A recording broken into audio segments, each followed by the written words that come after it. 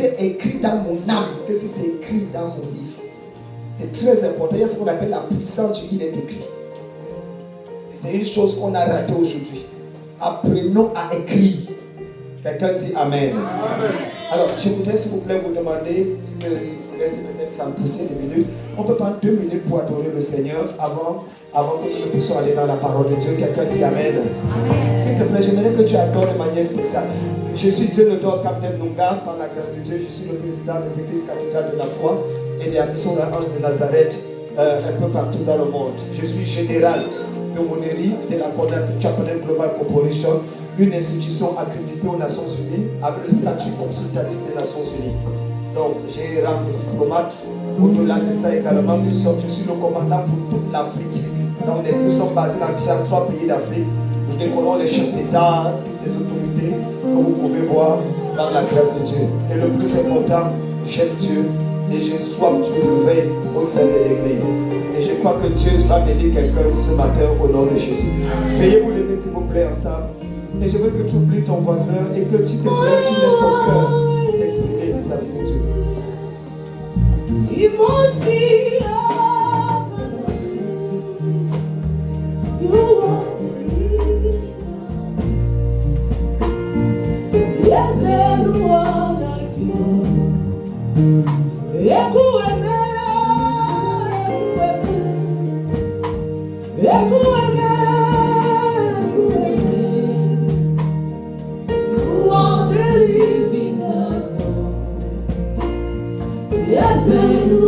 Quelqu'un dit Amen. Père, honore ta parole ce matin. Nous soit glorifié dans le nom de Jésus. Amen. Acclamons le Seigneur. Merci beaucoup. Je vous remercie. Merci. Merci encore pour le pasteur Ruffin, son épouse, pour cette invitation. C'est toujours un honneur et un privilège de parler de la parole de Dieu. Quelqu'un dit Amen. Est-ce qu'on peut augmenter un peu mon son et que je puisse avoir un retour parce que je veux parler à moi-même ce jour. Quelqu'un dit Amen. Amen. Est-ce que tu peux lever ta main et dire Seigneur, parle-moi ce matin. Est-ce que tu peux dire plus fort que ton voisin? Mesdames, Mesdemoiselles, Messieurs, j'aimerais pendant quelques minutes partager avec vous sur le thème la puissance miraculeuse du cri. Amen. La puissance miraculeuse du cri. Dites avec moi la puissance miraculeuse du cri. La puissance miraculeuse du cri. Est-ce qu'on peut le dire plus fort, s'il vous plaît? La puissance miraculeuse du cri. Moi, j'ai toujours un problème quand on est dans l'église et qu'on dit à quelqu'un de reprendre et de répéter. Il ne parle pas. Il est tranquille et il s'attend à ce que Dieu va le bénir, il va le visiter. On dit, reprends la puissance miraculeuse du cri et tu me regardes. Le miracle ne viendra pas parce que tu m'as regardé. Le miracle viendra parce que tu as parlé. La foi s'exprime. Donc, est-ce qu'on peut dire ensemble la puissance miraculeuse du cri? La puissance miraculeuse du cri. J'aimerais que nous ouvrons nos Bibles dans Luc 18, le verset 7 et 8 et nous allons nous lever pour la lecture de la parole de Dieu et après on va s'asseoir. Luc chapitre 18, verset 6, 7 et 8, autant pour moi. Est-ce que quelqu'un qui a une belle, audible, merveilleuse, glorieuse voix peut lire cela pour nous? Luc 18, verset 7 et le verset 8. Un lecteur, s'il vous plaît. Luc, Amen. chapitre. Amen. Amen. Luc 18, versets 6 et 7. Amen. 7 et 8. 7 et 8. La Bible déclare: et Dieu ne fera-t-il pas justice à ses élus qui crient à lui jour et nuit? Et tardera-t-il à leur égard? Je vous le dis, il leur fera promptement justice. Mais quand le Fils de l'homme viendra, trouvera-t-il la foi sur terre? Quelqu'un dit Amen. Amen. Asseyez-vous dans la présence de Dieu. La puissance miraculeuse du Christ. Mesdames, Mesdemoiselles, Messieurs, je voudrais s'il vous plaît que vous me prêtez votre attention et vos oreilles. Je vais vous les remettre dans 35 minutes et vous pourrez rentrer certainement avec ces oreilles. Mais il est important de comprendre que la foi vient de ce qu'on entend et ce qu'on entend venant de la parole de Dieu. Si la foi vient de ce qu'on entend, elle reste par ce qu'on comprend. Comprendre donc est capital afin d'être capable de maintenir une vie de foi. Jésus, enseignant la parabole de la semence, va dire que lorsque la parole tombe le long du chemin, c'est celui qui entend la parole, la reçoit avec joie, mais ne la comprend pas. Parce qu'il ne la comprend pas, le dévoreur, l'oiseau symbolisant le diable, vient arracher la parole et parle avec. Donc il ne faut pas juste entendre ce que Dieu dit, il faut comprendre ce que Dieu veut dire dans ce qu'il a dit. Le livre de la Bible, ou les 66 livres qui sont contenus, transmettent un message unanime de Dieu. C'est un seul auteur sur 40 personnes qui s'expriment sur une période de 1600 ans dans l'objectif fondamental de rappeler à l'homme quelle est la pensée même de Dieu lorsqu'il créait l'homme et qu'est-ce qu'il attend de l'homme dans sa destinée prophétique. Et ce qui est très intéressant, c'est que Jésus-Christ, qui est le dernier Adam ou le deuxième selon la théologie dans laquelle vous vous trouvez, va exprimer littéralement la révélation de Dieu le Père. Il va nous faire qui est le Père et comment est-ce que nous devons vivre en tant qu'hommes. La Bible dit que pendant 3 ans et demi, il va prêcher, enseigner dans les rues de Galilée, il va aller jusqu'en Judée et il va proclamer le royaume de Dieu. Et la plupart, le système d'enseignement qu'il avait, c'était les paraboles. C'est-à-dire qu'au travers des images, vous savez, des histoires, il illustrait des vérités afin de permettre au plus grand nombre de personnes de mieux appréhender le message qu'il était sur le point de transmettre.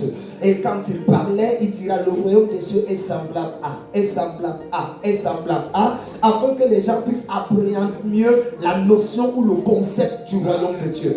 Le chapitre 18 où il parle, introduit par le fait que Jésus est en train clairement de faire comprendre qu'il entonna une parabole avec un objectif précis. Leur montrer qu'il faut toujours prier et ne jamais se relâcher. Alors il va pas dire l'histoire qui fera l'objet de notre analyse. Il va dire il y avait un juge unique dans une ville et il y avait une veuve qui chaque fois venait voir le juge et lui disait fais-moi, je te prie, justice de ma partie adverse. Elle avait certainement un problème. Je ne vais pas entrer dans les allégories pour pouvoir sortir quel est le problème qu'elle s'est avec, mais ça peut être n'importe quel problème, comme c'est propre à n'importe quelle femme qui se retrouve malheureusement veuve ou qui se retrouve solitaire. Alors le juge avait la clé à son problème. Le juge avait le pouvoir, la capacité de résoudre le problème de cette femme, sauf que le juge ne le faisait pas. Et la femme va aller de jour en jour, de semaine en semaine, de mois en mois. Nous ne savons combien de temps cela a duré. Et un jour, le juge a dit, même comme je ne crains pas Dieu et que je n'ai d'écart pour personne, néanmoins parce que cette femme m'importune, c'est que je vais faire, je veux lui faire justice. Elle demandait uniquement justice. C'est là où j'ai compris. Et c'est vrai que vous notez ça en premier lieu, c'est que l'importunité est plus puissante que l'opportunité. Il y a des gens qui vivent sur la base des opportunités. Ils ne ratent pas leurs opportunités. Ça, c'est bon. Mais il y a une autre dimension au-delà de l'opportunité qu'on appelle l'importunité. Si tu dis amen fort, l'importunité va prendre le dessus sur ta vie.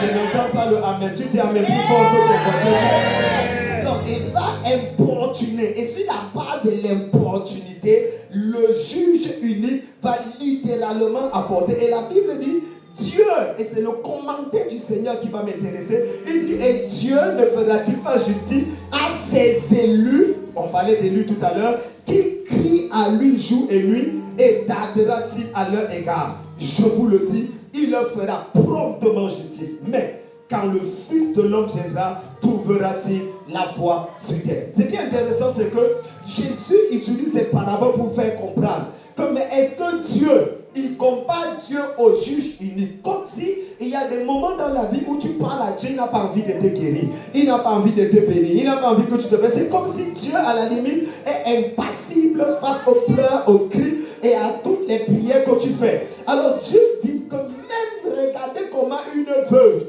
a pu obtenir justice par l'importunité, parce qu'elle a insisté. Et ça me rappelle les paroles de celui qui dit, celui qui persévérera jusqu'à la fin sera sauvé. Donc il y a une dimension en Dieu où en réalité il faut de l'importunité. Et c'est ça la révélation qui sort. Dieu ne fera-t-il pas justice à ses élus, pas à ses appelés, pas à gens qui ont besoin juste d'un mariage, d'un miracle, non, mais les élus, c'est-à-dire les gens qui sont proches de son cœur, les élus, ceux qu'il a choisi lui-même par sa volonté souveraine. Mais ces élus souffrent d'injustice, ces élus traversent des situations dans lesquelles il n'y a que Dieu pour le faire. Et pour que Dieu le fasse, car dans la vie de ces élus, il faut que les élus crient jour et nuit. Il faut qu'ils crient jour et nuit.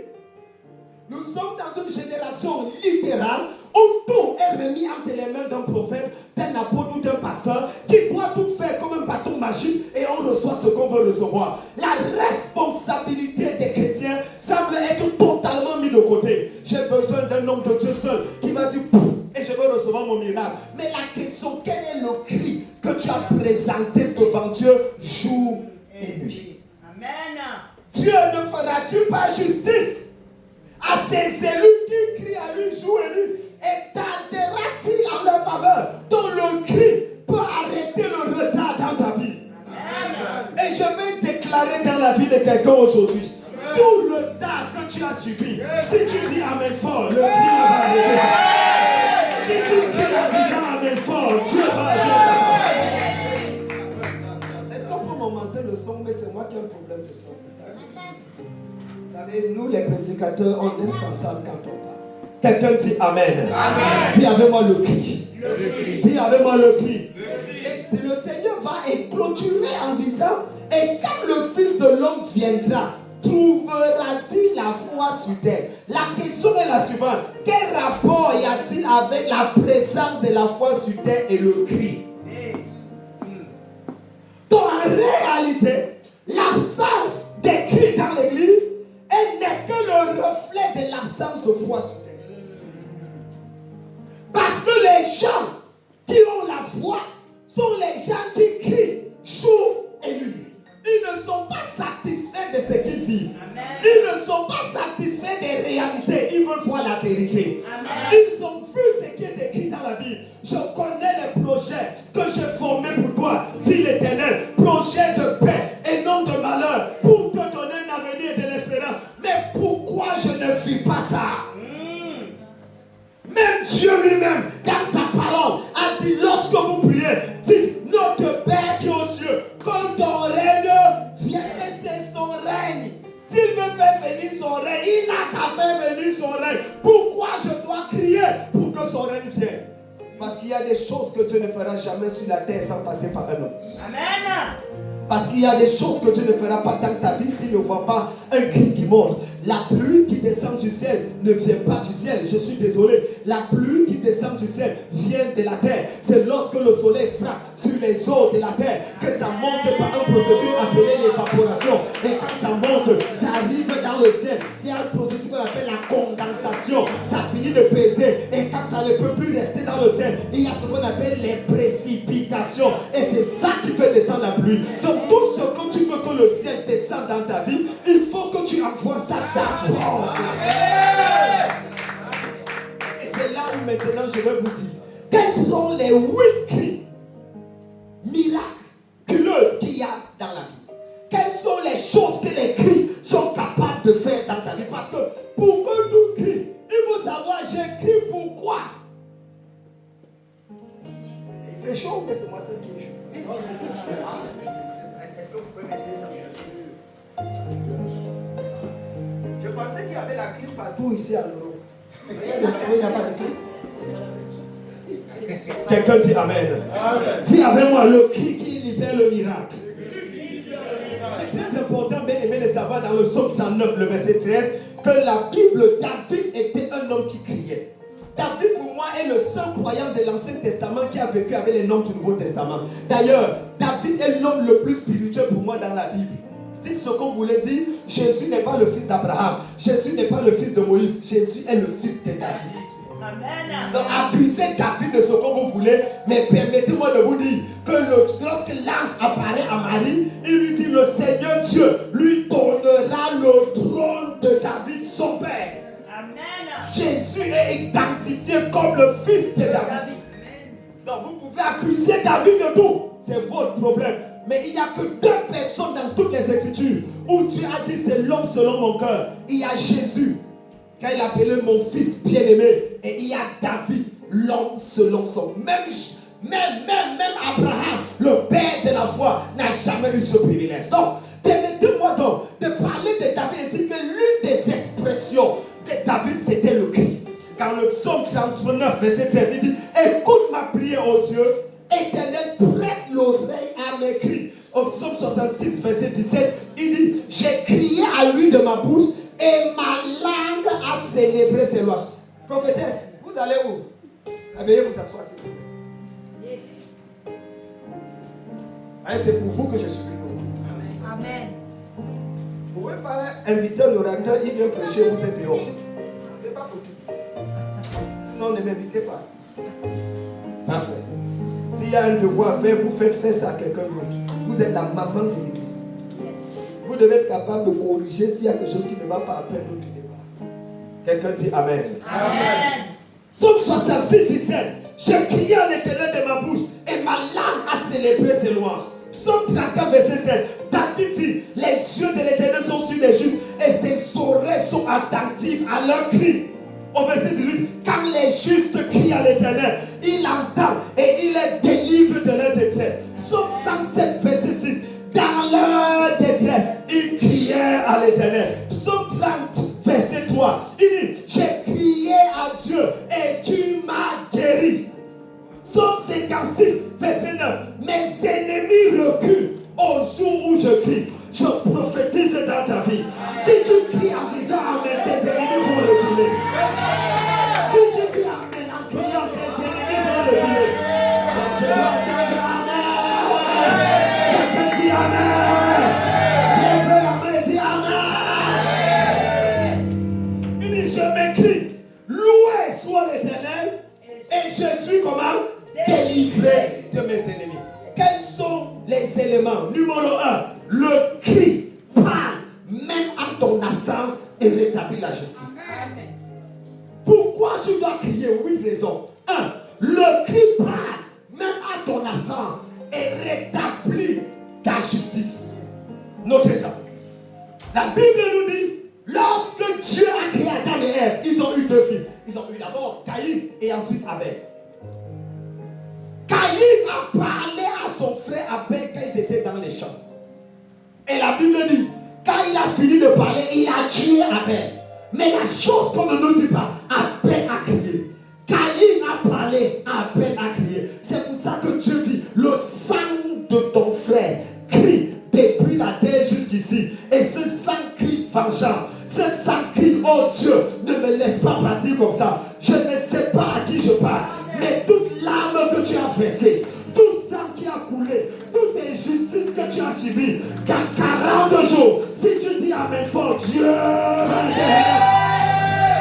Ta manière de dire Amen ne s'attend pas. Si tu dis Amen plus fort que ton voisin, tu prends la seconde.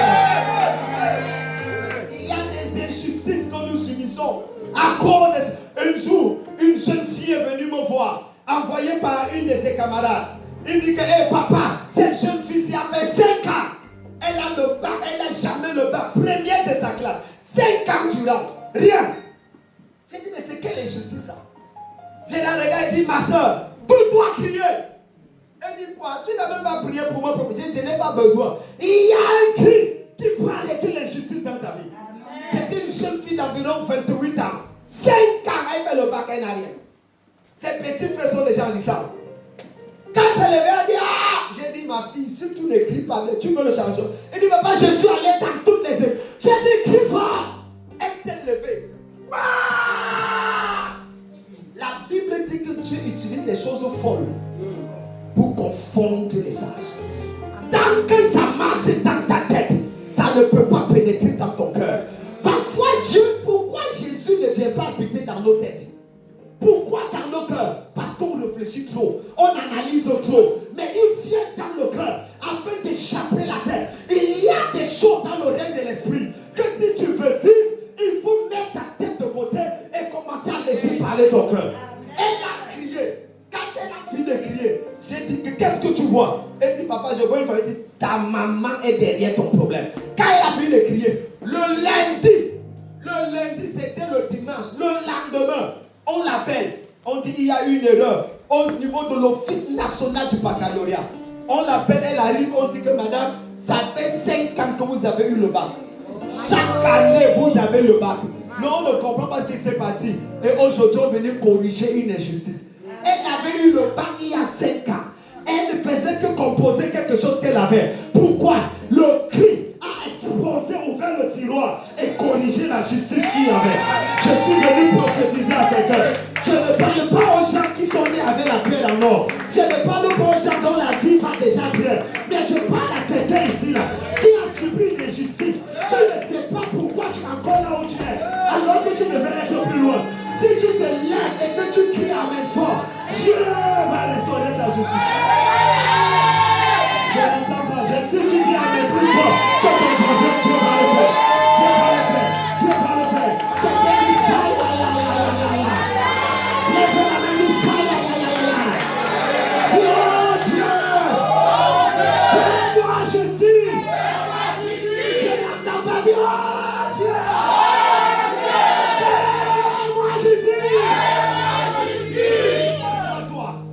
Il y a des choses qui doivent arriver dans ta vie depuis, mais tu ne sais pas pourquoi ce n'est pas encore arrivé.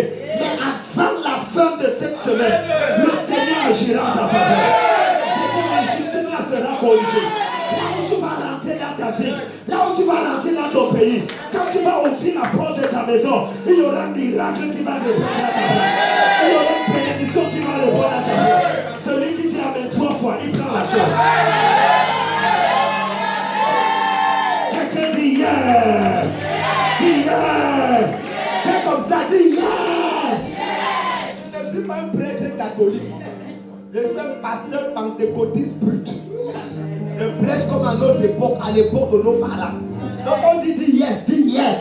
Parce qu'aujourd'hui, je suis venu parler à ta vie. Amen. Dis amen. Amen. Vous avez dit qu'il faisait chaud ici. Numéro 2. Qu'est-ce que le cri? J'ai dit numéro 1. Le cri fait quoi? Parle même à ton absence et rétablit la justice. Yes. Est-ce que je peux dire quelque chose à quelqu'un que je viens d'écouter? Avant 21h aujourd'hui, le téléphone de quelqu'un va sonner et va annoncer une bonne nouvelle. Pourquoi tu ne dis pas amen? Amen. On vous a fabriqué dans quel monde? Amen. Mon ami, c'est ton amen. Lorsque tu vas épouser une fille en mariage et que vous lui dites je vais te marier comme Doudou veut se marier bientôt là. Et lorsque tu regardes, tu dis on va dire est-ce que tu veux prendre pour épouse d'elle? Doudou dit oui, mais le oui là n'est pas suffisant. Il faut quand la femme aussi dise oui. C'est le deuxième oui qui valide le premier oui. Donc pour toutes les promesses, Jésus a dit oui. Donc toi tu dois aussi dire amen. Pour que la promesse s'accomplisse. Je prophétise dans la vie de quelqu'un. Si tu dis amen fort, avant 21 Dieu ça commence à venir. Quelqu'un dit yes. Quand les joueurs marquent un but, ils font comme ça, ils disent yes. Et nous, avant de marquer le but, on dit yes. Parce que Jésus a marqué le but à la fin de quelqu'un. Et on dit si quelqu'un dit yes.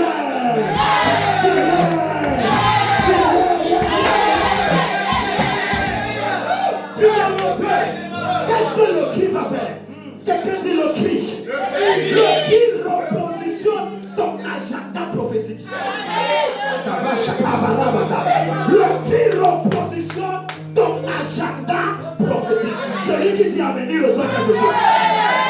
Il y a des choses qui devaient arriver dans ta vie depuis, mais tu ne sais pas pourquoi ce n'est pas encore là. Il s'appelait Esaü. Il est le premier à être sorti. Et lorsque son frère a pris la bénédiction et parti, il va vers son père. Il dit n'as-tu rien pour moi? Et la Bible dit il éleva la voix et cria. Et le cri a repositionné son agenda.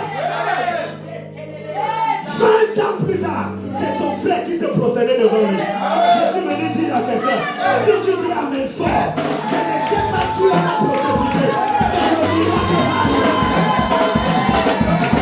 Je prophétise et je déclare, il y aura une blessée dans ta vie, il y aura une ouverture dans ta vie, il y aura une bénédiction dans ta vie. Rien ne va arrêter la main de Dieu dans ta vie. Celui qui dit amen fort, il va.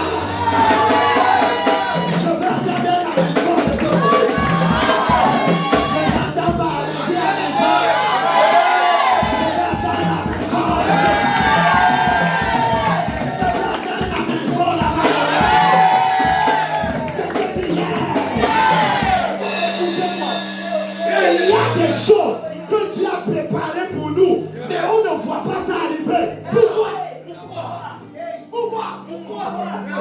Tu ne peux pas servir un grand Dieu et rester petit.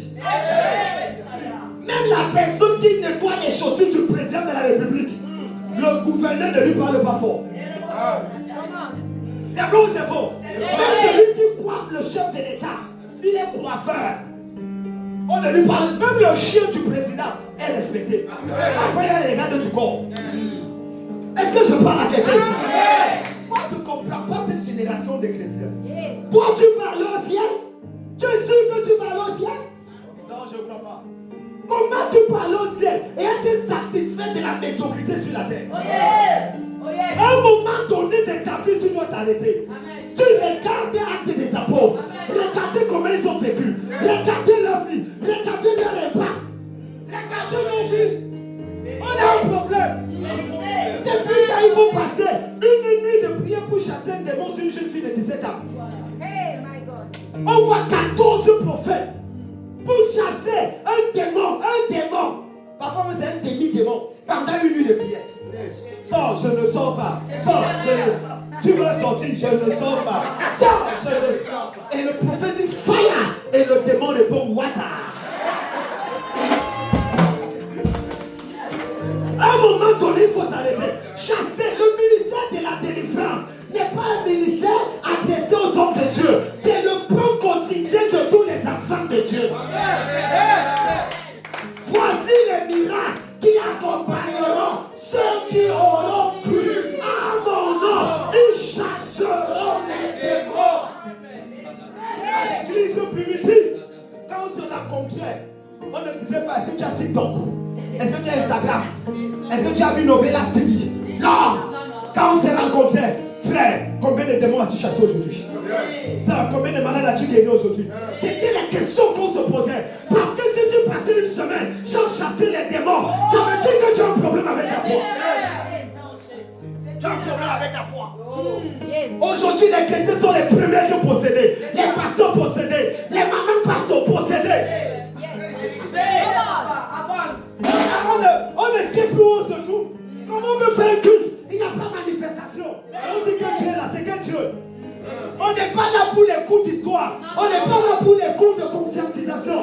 Les pasteurs sont devenus les motivational speakers. Les voyants, les féticheurs ont abandonné les fétiches pour devenir prophètes à l'église. Ton numéro c'est tel, ton caleçon c'est couleur bleue, ton soutien. Ça sert à quoi de me dire mon numéro de téléphone? Si je tombe, je me relève et ma vie ne change pas.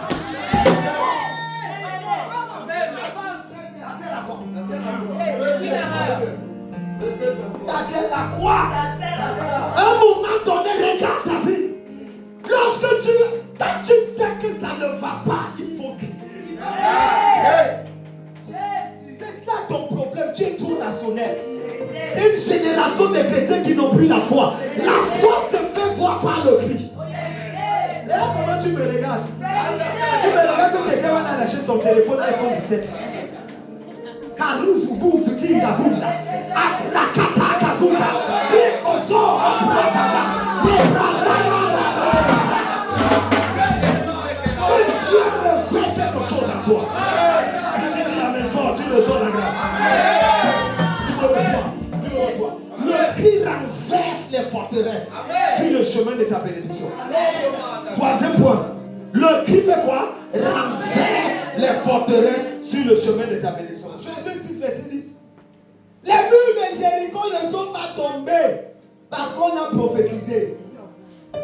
Les murs de Jéricho ne sont pas tombés par la louange. Josué 6, 10, qu'est-ce que ça dit? Est-ce que j'ai un lecteur dans la Bible là? Amen. Ah, où est le lecteur? Les murs de Jéricho sont tombés par une seule chose. Ça dit quoi? Le bruit. Lisez Josué 6, 10. Josué avait donné cet ordre au peuple. Oui. Vous ne criez point, vous ne ferez point entendre votre voix. Oui. Il ne sortira pas un mot de votre bouche. Oui. Jusqu'au jour où je vous dirai, poussez des cris. Alors vous pousserez des cris. Il y a un jour où tu fermes la bouche. Mais il y a un jour où tu dois crier. Amen. Amen. Il faut prier. Tu ne peux pas rester dans ce foyer. Pendant 10 ans, tu n'as pas d'enfant. Et tu ne cries pas. C'est que tu es une sorcière. Il dit la femme stérile enfantera 7 fois. Donc toute femme qui a moins de 7 enfants, vous êtes stérile. Dieu commence à compter que tu es fécond au 8e enfant. C'est pour ça que David au 8e enfant était l'homme sur le cœur. Est-ce que je peux parler à quelqu'un ici là? Si tu dis amen fort, le cri là va ouvrir une porte dans ta vie. La vie c'est une question de cri. Et vous crierez et les murs tomberont. D'ailleurs, les gens chantent, les murs de Jéricho sont tombés. Les murs de Jéricho. Tous les murs ne sont pas tombés. Il y a un endroit où c'est pas tombé. L'endroit où il y avait Rahab. Rahab habitait dans le mur. Toute sa maison était dans le mur. Donc tout est tombé sauf là où il y avait Rahab. N'entrons pas là-dedans. Il y a un cri que tu dois faire. Le royaume des cieux souffre de violence. C'est écrit dans ta Bible, vrai ou faux? On n'a pas dit le royaume du diable. On dit le royaume de Dieu. De Dieu, de ton Père. Ça souffre de violence. Ça ne répond qu'à la violence. Seules les violences s'en emparent. Tu ne peux pas. La gentillesse n'est pas un fruit de l'esprit. Dans ce monde, tu ne peux pas te permettre de dire j'attends. Tu attends quand regarde. À l'époque, il y a de cela 20 ans, tu partais à l'église sans te maquiller. Tu te maquillais 2 minutes et tu partais. Il y a 10 ans, tu faisais 5 minutes. Aujourd'hui, tu fais 1 heure de maquillage. Tellement les cils, les soucis ont rempli ton visage qu'il faut enlever ça avant de venir dans l'église. Il y a un moment donné, tu dois dire Seigneur, le temps est en train de passer. J'ai besoin de voir ta gloire dans ma vie. Vous me faites rire. Vous me faites rire. Vous me faites rire. Moi j'ai dit à Dieu, je m'en vais au ciel faire quoi? Je n'ai pas fait quoi là-bas? Prouve-moi que tu es Dieu ici. Amen. Quelle est la garantie que tu vas pas me fouetter au ciel? Quelle est la garantie que tu ne vas pas me faire souffrir au ciel? Arrêtez ça. Lisez la Bible. Il y a des gens qui pleurent au ciel. Jean qui a reçu la révélation d'Apocalypse, il dit je pleurais étant au ciel. Je pleurais de ce que personne ne peut juger digne d'ouvrir le livre, ni de rompre les seaux. Et l'ange dit ne pleure pas. Il pleurait parce qu'il n'avait pas une bonne information. Donc tu peux arriver là-bas et tu pleures. La question est comment est ta vie? Quel est le Dieu que tu as sur la terre? Quand on te regarde, on voit Dieu en quoi dans ta vie? Parlons peu, parlons vrai. Je suis en Suisse. Tu as fui pour venir ici. Tu fouillais parce que tu pensais qu'ici ta vie va arranger. Est-ce que quand tu as pris l'avion, tu ne sais pas que le démon de ton village a pris l'avion? Tu étais même en classe économique, lui il était en business class. Quand tu as atterri à Genève ou à Paris, il dit quel est le programme du jour? Ce n'est pas le changement géographique qui permet la délivrance d'une personne. C'est un changement spirituel. Il faut quelque chose à l'intérieur de toi.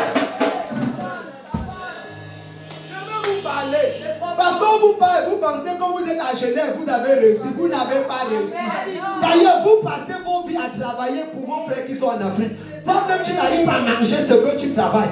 C'est quelqu'un là-bas dans ton pays qui vit la belle vie. Il a même 3 femmes. Hein. Ton petit frère a 3 femmes. C'est toi qui l'as doté les 3 femmes. Ça va, général. On vous dit prier, vous faites comme si vous êtes plus sur soi que l'équipe. Sur soi, c'est quoi? C'est quoi?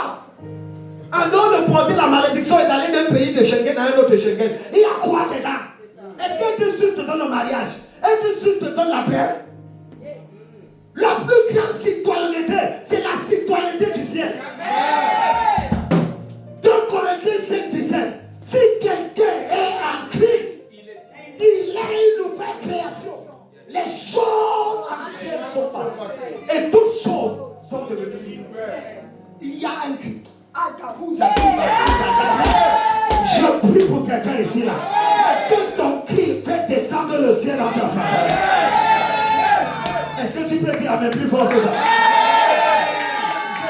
Je connais un dans mes réseaux, je donne toujours le témoignage de cette femme qui en 24 heures s'est mariée. Je lui demande, tu veux quoi? Elle dit que je veux me marier. Quand elle a dit n'importe quoi, c'est ça ton problème. Et puis j'ai dit, ok, dans 24 heures tu te maries. 24 heures après, elle était mariée, donnée tout en 24 heures.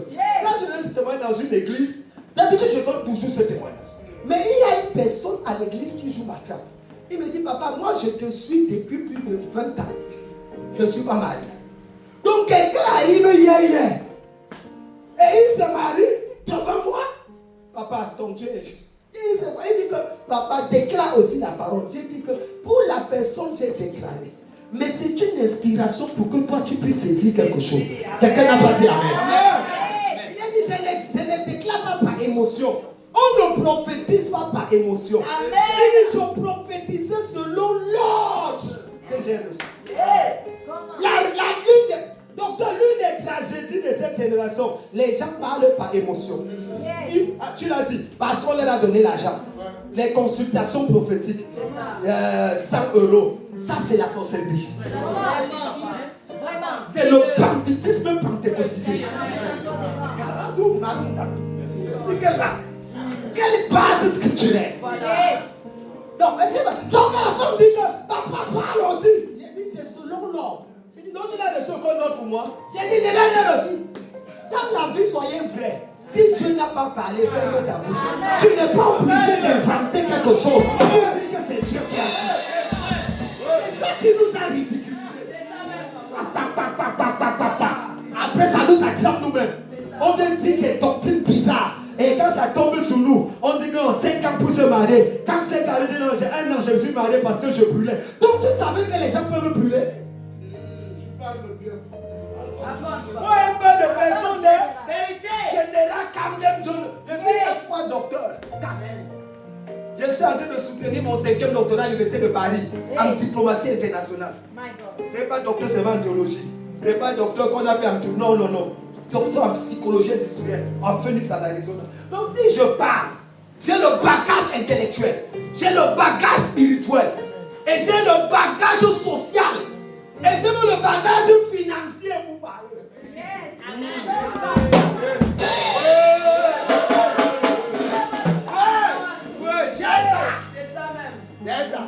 J'ai aussi le bagage relationnel. Je suis conseiller de 8 chefs d'État à l'heure où je vous parle. Amen. Je les décolle si je n'ai pas besoin. Je décolle les chefs d'État chaque fois. Le mois prochain, je serai en train de décoller celui du Bénin. Je prie pour quelqu'un ici là. Tu ne finiras pas cette année comme tu as commencé. Si tu dis la même chose, c'est à toi que je vais. Si tu dis la même chose, c'est à toi que je vais. La femme là, quand elle a entendu ça, maman, elle est rentrée chez elle, elle dit ok, Dieu est le Dieu de tout le monde. Il ne fait d'acception de personne. Elle s'est déshabillée dans sa chambre, 22h. Elle dit à Dieu, tu viens m'épouser aujourd'hui. Soit tu envoies un mari, soit tu me fais. On t'a dit que je suis le fer. Les gens viennent se marier à l'église. Moi, je passe mon temps à être fille d'honneur. Aujourd'hui, je suis quitté de fille d'honneur à être marraine d'honneur. Tellement là, je pèse sur moi. On ne peut plus me parler pour fille. On dit maintenant, c'est maman d'honneur. Ah! Elle dit à Dieu, elle s'est déshabillée nue. Le sommeil a commencé à minuit, le sommeil veut la prendre. Elle met les pieds dans l'eau. Elle dit, je ne dors pas. Elle crie, Seigneur, maman. Elle crie, elle doit se marier. C'est pas le problème. Tout le jour, Jésus dit, je suis ton mari. Hein? Les non-croyants se marient, ont des mariages heureux. Pourquoi je dois souffrir? Yes. Toute personne qui te dit que tu n'as pas droit au mariage, il manque. Si tu veux te marier, marie-toi. Amen. Marie-toi, il n'y a pas de mariage au ciel. Enjoy. Et une bénédiction de Dieu. Quelqu'un n'a pas dit Amen. Elle a dit à 2h du matin, elle entend la porte. Elle ouvre la porte. Elle n'ouvre pas là. Elle dit que Seigneur, si c'est toi, tu peux passer par la fenêtre. Elle n'a pas besoin de vous. Dieu dit va ouvrir la porte. Elle dit va ouvrir. Elle ouvre un côté, elle met le pain. Elle regarde, c'est un frère. Elle dit, c'est quoi frère? Tu n'as pas appris que le pasteur dit qu'on ne reçoit pas, on ne visite pas les sœurs la nuit. Il dit, je dormais tranquillement dans ma chambre. Un ange est descendu, m'a réveillé en me giflant. Et dit que si tu ne vas pas demander cette soeur en mariage cette nuit, tu ne te réveilles pas à 6 h du matin. C'est pour ça que je suis venu. En fait, je voulais te demander en mariage depuis, mais j'hésitais, je ne sais pas si tu as mon niveau. Donc maintenant, pardon, est-ce que tu veux m'épouser? Le frère, la soeur dit, Seigneur, tu as... Là, à 3 h du matin, ils ont accepté les fiançailles.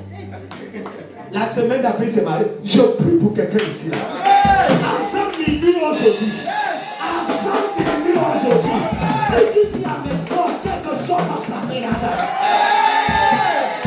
Il y a quelqu'un qui a la clé de ton miracle et il dort tranquillement. Il y a quelqu'un qui a la clé de ta bénédiction et il dort tranquillement. Dis à mes frères, il sera réveillé.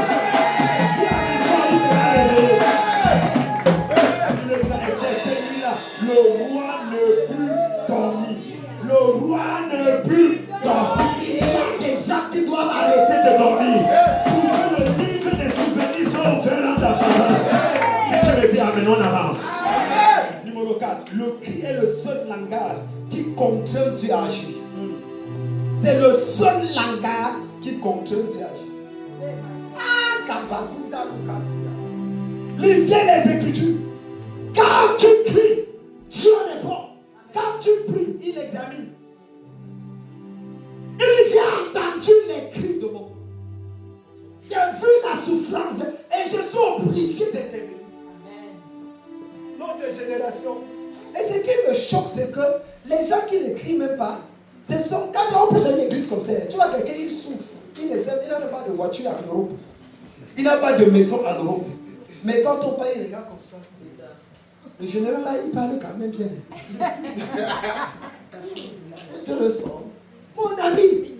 On ne vient pas le dimanche pour examiner les fautes de grammaire. Pour comprendre le système, s'il parle bien ou pas. Tu es venu ici pour rencontrer Jésus. Peu importe par qui Jésus va passer. Tu dis, Seigneur, j'ai besoin de mon miracle.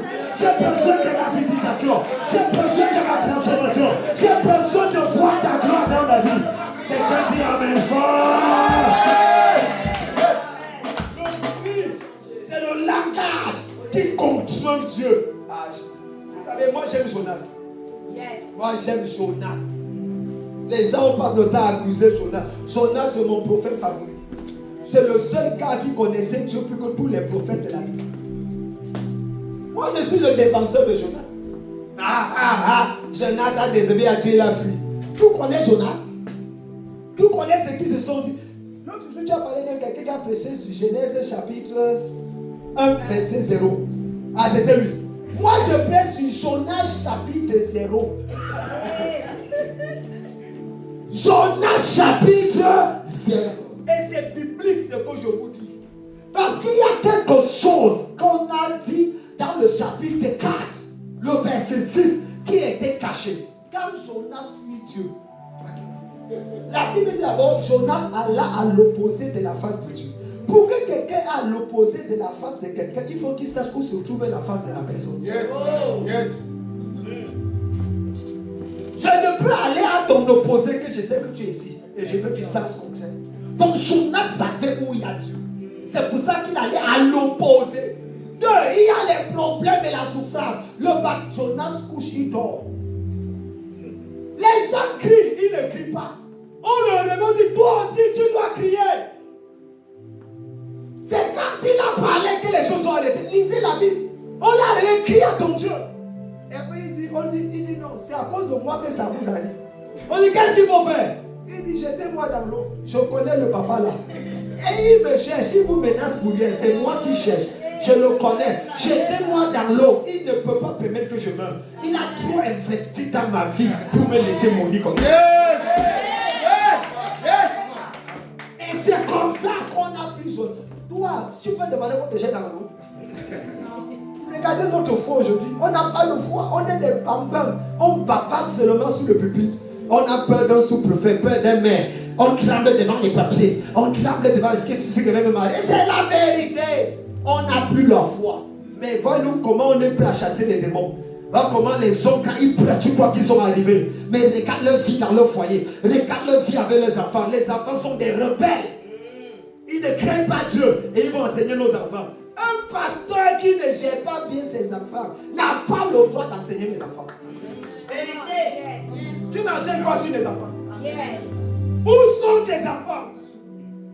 Tu ne gères pas ton foyer, tu veux parler de mon foyer. Le ministère n'est pas l'enseignement des catéchèses. Le ministère, c'est l'impartition de vie. C'est ta vie que tu impartis dans la vie de l'homme. Jonas a refusé. Et regardez ce que la Bible dit. Et là, quelqu'un dit Amen. Amen. Jonas dit, jetez-moi dans l'eau. Dans le ventre du poisson, il dit quelque chose à Dieu. Ce n'est pas là mon sujet. Mais quand Jonas annonce la décision de Ninive, la Bible dit quoi? La Bible dit que Dieu se repentit du mal qu'il avait fait à Ninive parce que Jonas s'est fâché. Il dit à Dieu, n'est-ce pas? Regardez la phrase, c'est Genèse 4:6. N'est-ce pas ce que je te disais lorsqu'on était encore? Avant Genèse 1, il y avait une conversation entre Jonas et Dieu. Comme le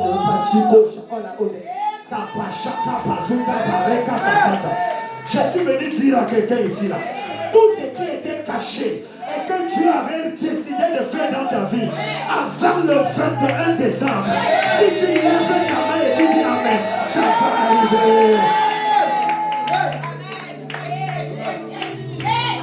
Mes amis, par la grâce de Dieu, j'ai vu 17 morts revenir à la vie. 17 morts. J'ai 172 églises que j'ai diriges. 100. J'ai 18 évêques. J'ai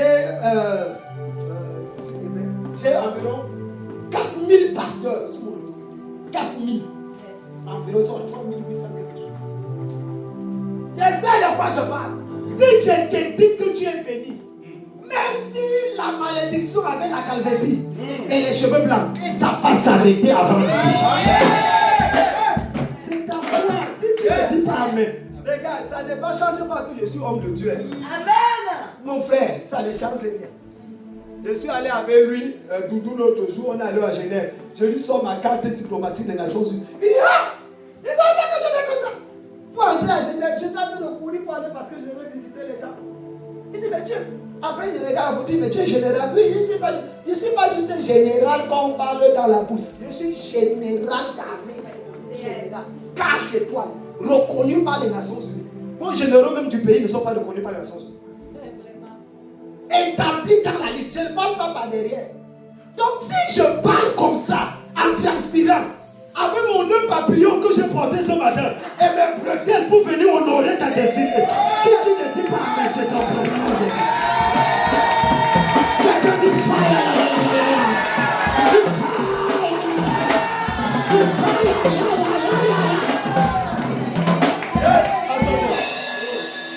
J'ai aimé l'intervention de la prophétesse. C'est la prophétesse, tu vois?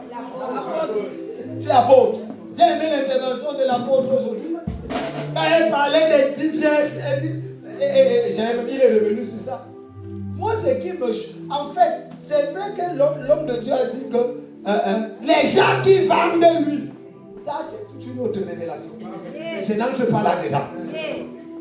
Mais moi, j'ai un problème sérieux avec tous les 10 vierges. Tous là sont hommes. Vous savez, ils sont tous vierges, ça veut dire qu'elles sont tous saintes. Mais elles sont disqualifiées. La sagesse ne suffit pas. La sainteté ne suffit pas. Elles étaient tous vierges saintes. Elles étaient tous sages. Jusqu'à là. Le problème, c'est que tous se sont endormis.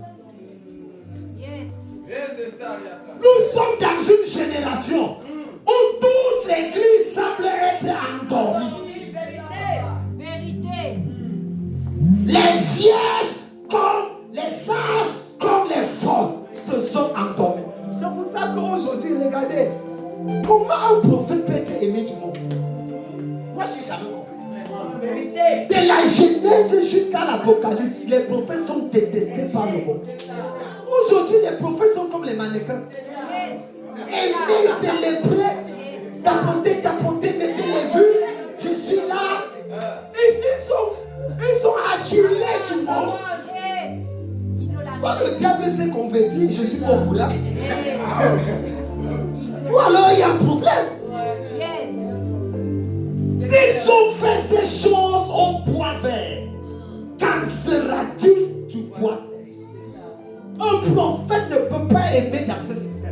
doit être détesté.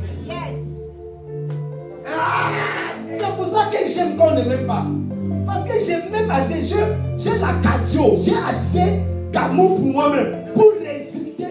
Il y a de cela plusieurs années, on a parlé sur les réseaux, dans le monde entier, mon nom était la figure. Je ne suis pas toujours debout.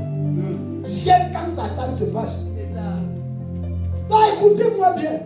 Là, mon problème n'est pas ces vierges. Ils sont tous en tombe. Maintenant, ce n'est pas ceux qui valent qui m'intéressent. Le héros dans l'histoire. Le héros dans l'histoire. La Bible dit, quelqu'un a crié. On cria, voici l'époux. Allez à sa rencontre. C'est lui le héros. C'est celui qui a crié. C'est celui qui a crié.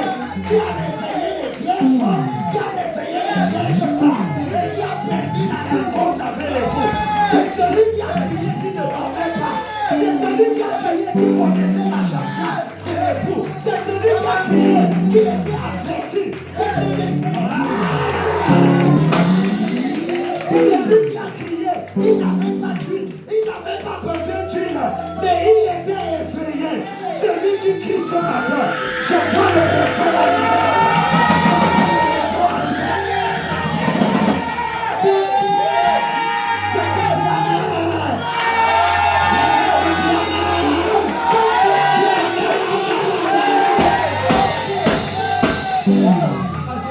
Il me reste 5 minutes et je m'arrête.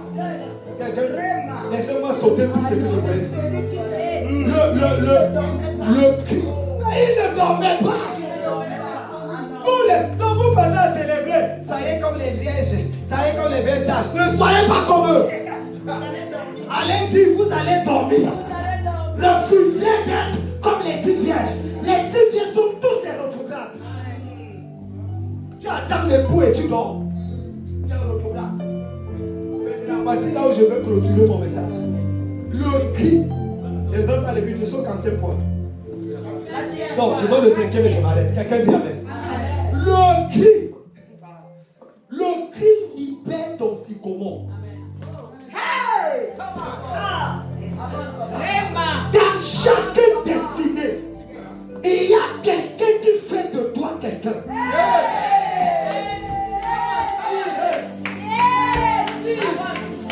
Quelqu'un n'est quelqu'un que derrière quelqu'un.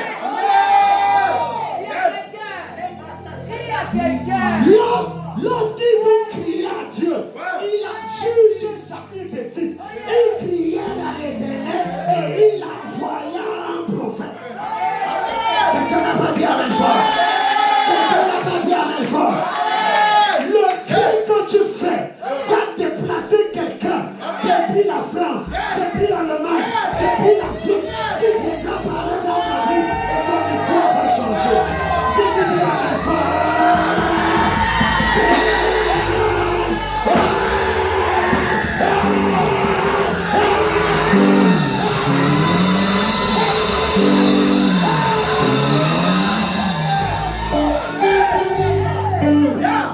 Corneille a crié, s'aimait, tous ces hommes parlaient.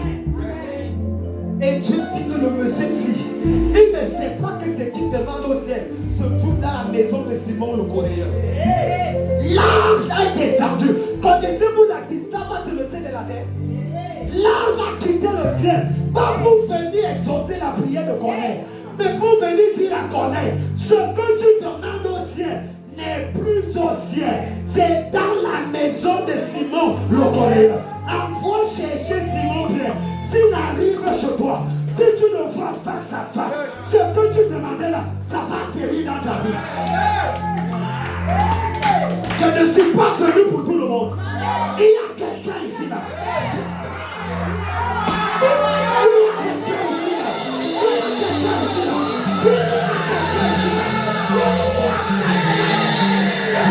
C'est pour dire que je suis venu. Je suis venu dire ta souffrance est terminée. Ta souffrance est terminée. Ta souffrance est terminée. Ton péché est terminé. La Bible dit, il parlait seulement. Et le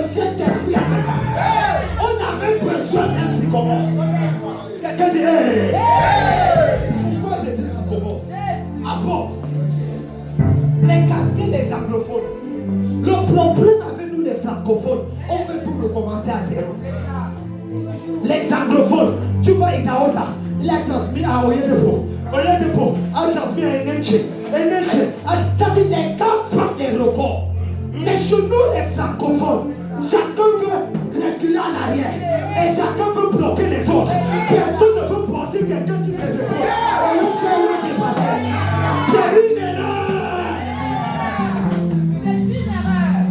Tu vois les pères maudits de propres enfants. Il dit que vous voulez avoir des voitures, pourquoi? Non, on a marché à pied. Regarde ta tête comme la tête d'une mangue non mûre. Tu as marché à pied, tu veux qu'on marche à pied? Tu veux quoi? Vous voulez avoir les grandes églises? Non, on avait les petites églises. Un parent normal. S'il a le PPC, il veut que son enfant ait le bac. S'il a le bac, il veut que son enfant ait la licence. C'est vrai ou c'est faux? Les parents normalement veulent que les enfants les dépassent. Mais on a quel genre de parents spirituels? Ils veulent éteindre les droits des gens qui sont là.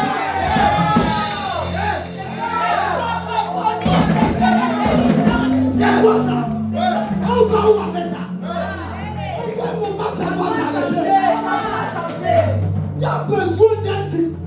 Regardez. Zaché était court de taille. Et il voulait voir Jésus. Pourquoi il voulait voir Jésus? Parce que son collègue Matthieu, avec qui il était collecteur d'impôts chez les Romains, avait abandonné le travail un jour. Les gars touchaient 3 millions par mois.